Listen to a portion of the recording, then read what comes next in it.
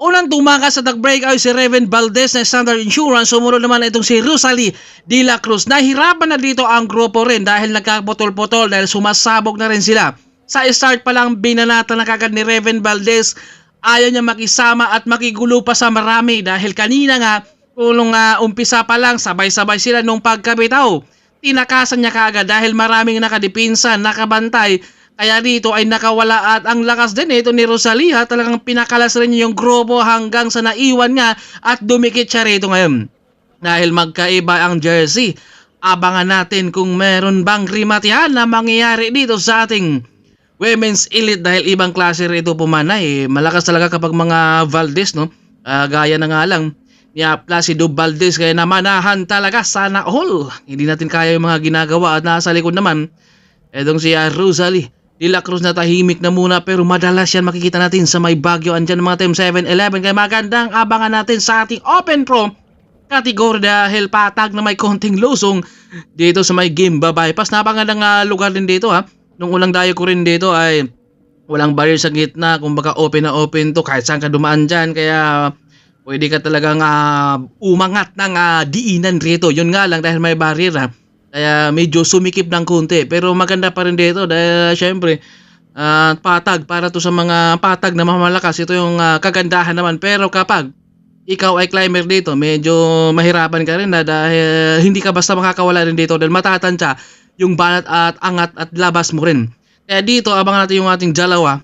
Gawa ng magkaiba ng jersey dahil unang tumakas dyan si Reven Valdez plus dumikit rin itong si Rosalie De La Cruz din nasa likuran nag-aantay dahil marami naghahabol at sumubok pa rin sa kanya. Yun nga lang kapag dalawa ang nasa harapan, mahirapan din talaga maghabol.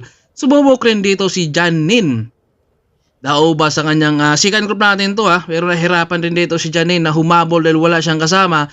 Kung sakaling siya ay makadikit rin dito, kailangan mas mataas yung speed niya. I-compare natin doon sa dalawa natin nasa harapan. Dahil dalawa nga sila nagpapalitan, nahirapan rin naman talaga itong si Janine dahil solo niya plus nag-jump siya. Iniwan rin sana yung mga kasama rin sa grupo. Kaya ito tiniis din niya rito na sana ay makakadikit. Kita niyo naman yan, no? Nakahubad na itong si Janine rito, kanyang jersey dahil talagang nag-iinit at mainit din talaga dito sa may Gimba Bypass. Wala kang mataguan talaga. At nandito naman si Nico Peralta nandito sa likuran. Yung kanyang metro sabi niya, ituloy mo lang. Dahil wala na nakakadikit sa'yo. Ganun talaga, no? Kailangan mo rin talaga merong talagang mentor ba para yung loob mo ay lalakas din. Dahil siyempre lahat naman kayo napapagod. Kung pagod, dito si Janine, mas pagod rin yung dalawa. Dahil kailangan hindi talaga nila magpapadikit rito. Dahil kapag dumikit si Janine rito, baka masilat dito dahil malakas din, rumimati at patuloy pa rin talaga ito. Kita nyo naman yan, parang namamasya lang. Itong dalawa natin si Reven Valdez at saka si Rosalie De La Cruz dito. Silax na nila pumapadyak rito dahil inaabangan ito ang rimatihan. Gawa ng si Janine, nahirapan din siya dahil wala siyang kapalitan rin.